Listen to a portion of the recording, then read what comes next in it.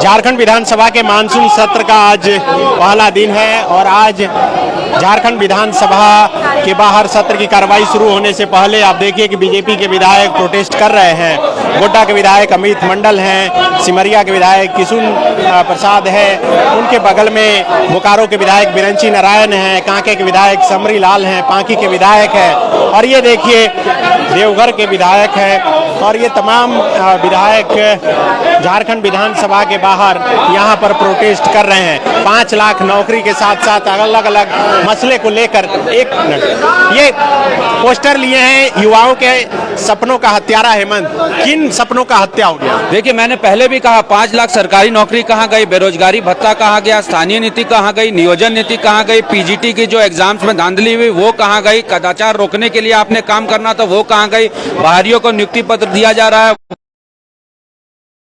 तो बिल्कुल आप देखिए यहाँ बीजेपी के जो विधायक हैं वो यहाँ पर प्रदर्शन कर रहे हैं। ये देवघर के विधायक हैं। आप देखिए कुर्सी का लालची हेमंत शर्म करो पोस्टर के साथ यहाँ पर पहुंचे हुए हैं। क्या ये लिखे हुए हैं कुर्सी का लालची हेमंत शर्म करो, ऐसा क्यों लिखना पड़ रहा है? देखिए, ये राज्य की जनता की मांग है, ये हमारी मांग नहीं है और जनता के साथ किसी भी जनप्रतिनिधि को खड़ा होना होता है। आप पूर्ववर्ती सरकार को देखिए, हेमंत सोरेन जी ने पूर्ववर्ती सरकार के जितने भी योजनाओं को था उनको समाप्त करने का काम किया। आज किसानों के साथ जो सम्मान राशि उनको मिलता था आज मिल रहा है। छात्रों को नौकरी देने की बात की थी, क्या नौकरी मिला? बेरोजगारों को भत्ता देने की बात की थी, क्या मिला? हर प्रकार से लोग ठगे जा रहे हैं। इसलिए जनता की मांग है और जनता की मांग के साथ हम लोग हैं। तो बिल्कुल ये नारायण दास हैं देवघर के विधायक और यहाँ पर प्रोटेस्ट कर रहे थे। आप देखिए कि ये अनंत ओझा जो राजमहल के विधायक हैं वो यहाँ पर पहुँचे हैं। हम इनसे भी बात करेंगे, आप सुनिए क्या बोल रहे हैं। झारखंड में जिस प्रकार से डेमोग्राफी बदल रही है, बांग्लादेशी घुसपैठियों का प्रभाव बढ़ रहा है, अतिवादी झारखंड में विचार बढ़ रहे हैं, वहीं राज्य के अंदर जिस प्रकार से विधि व्यवस्था का संकट खड़ा हो रहा है और उससे भी बढ़ करके पूर्व की जो भारतीय जनता पार्टी की सरकार थी उसमें जो आधारभूत संरचनाएं खड़ी की गई थी उसको जो रोकने का प्रयत्न या उसको बाधित करने का प्रयत्न या कह सकते हैं कि उसको लटकाने, अटकाने, भटकाने का षड्यंत्र और केंद्र सरकार की जो जन कल्याणकारी योजनाएं हैं उसको भी निरंतरता के साथ ये सरकार लटकाने, भटकाने, लटकाने में लगी हुई है।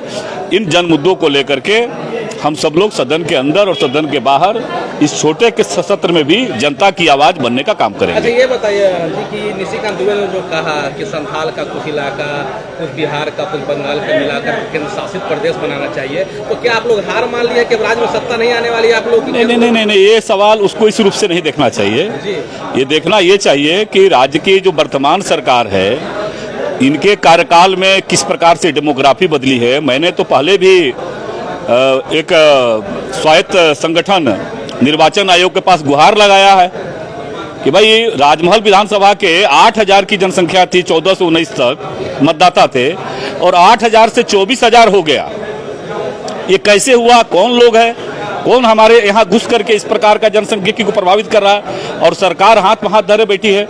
ये सदन इस बात की साक्षी है कि विधानसभा के पटल पर हमने लगातार आवाज उठाई है लेकिन सरकार मौन साधे रहती है क्योंकि इनको वोट बैंक की राजनीति से मतलब है, इसीलिए इस प्रकार का वो भाव आया है। लेकिन विधानसभा अध्यक्ष कह रहे हैं कि कोई डेमोग्राफी चेंज नहीं हुआ है। अब माननीय विधानसभा अध्यक्ष सबसे मूर्धन्य हैं, विद्वान हैं, हम लोग तो मानते हैं कि हम लोगों में सबसे श्रेष्ठ है और इसीलिए आसन पर बैठे हैं और शायद उनके बारे में टिप्पणी करना मेरे लिए तो अच्छा नहीं है, लेकिन मैं जहां से जनप्रतिनिधि हूं वहां की डेमोग्राफी बदली है और इसको लेकर के सबूत के साथ मैंने चुनाव आयोग के पास जाकर के राज्य चुनाव आयोग के पास भी और भारत के चुनाव आयोग के पास भी गुहार लगाई है और जरा विद्वता है तो विद्वता को जरा परिभाषित कर दिए लोग। तो ये क्या सिर्फ इसी 4 साल के दौरान ये डेमोग्राफी चेंज हुई है? नहीं, ये तेजी से बढ़ा है, इसीलिए चीजें अब सामने आ रही है। ये बांग्लादेशी घुसपैठ की लड़ाई आपने देखा होगा, झारखंड ने देखा है कि 90 से ये हम लड़ाई लड़ रहे हैं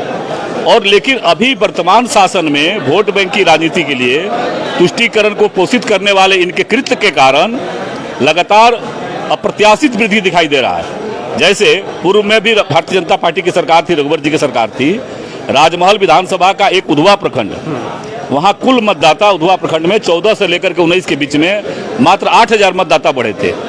और अभी कौन सा फैक्ट्री आ गया कि खटाखट करके वो 24,000 मतदाता हो जाएंगे। न तो वहाँ कोई नया फैक्ट्री लगा है, न कहीं आवागमन का उस प्रकार का कोई बहुत माध्यम है। तो ये जो बदलाव आ रहा है, उसी प्रकार से आप देखे होंगे कि घाटशिला के अंदर आप ही लोगों ने दिखाया है कि घाटशिला में बड़े पैमाने पर बांग्लादेशी घुसपैठी बसाए जा रहे हैं। लोहरदगा के अंदर चुनाव के दिन पता चला कि वो किस प्रकार से अवैध मतदाता भरे हुए हैं। तो ये इनके वोट बैंक की राजनीति के कारण ये चीजें झारखंड में ज्यादा दिखाई दे रही है। ये आप कहाँ से रहे, मतलब कहाँ से आ रहे हैं ये लोग? नहीं, ये तो ये पूरा रैकेट है। कहाँ से ये नियोजित तरीके से बंगाल में पहले आते हैं, बंगाल में शिफ्ट होते हैं और बंगाल के रास्ते फिर झारखंड में प्रवेश करके ये बदल रहे हैं। मैं आपके माध्यम से मैं वैसे विद्वान ले लीजिए, मैं ये सवाल इस वजह से है कि बीएसएफ के जिम्मे होता है बॉर्डर तो स्टेट ये कांग्रेस का ही किया हुआ पाप आज भुगत रहा है देश। ये कांग्रेस ने 70 सालों तक 65 सालों तक देश के शासन व्यवस्था में राज किया और उसी का परिणाम हुआ कि जो हमारी सीमाएं हैं वो सीमा को खुली रख दिया। मैं आपके माध्यम से आदरणीय प्रधानमंत्री नरेंद्र भाई मोदी जी को धन्यवाद देते हैं कि उन्होंने बहुत तेजी के साथ भारत बांग्लादेश का जो सीमा क्षेत्र है उसमें फेंसिंग कराने का काम बहुत तेजी से चल रहा है।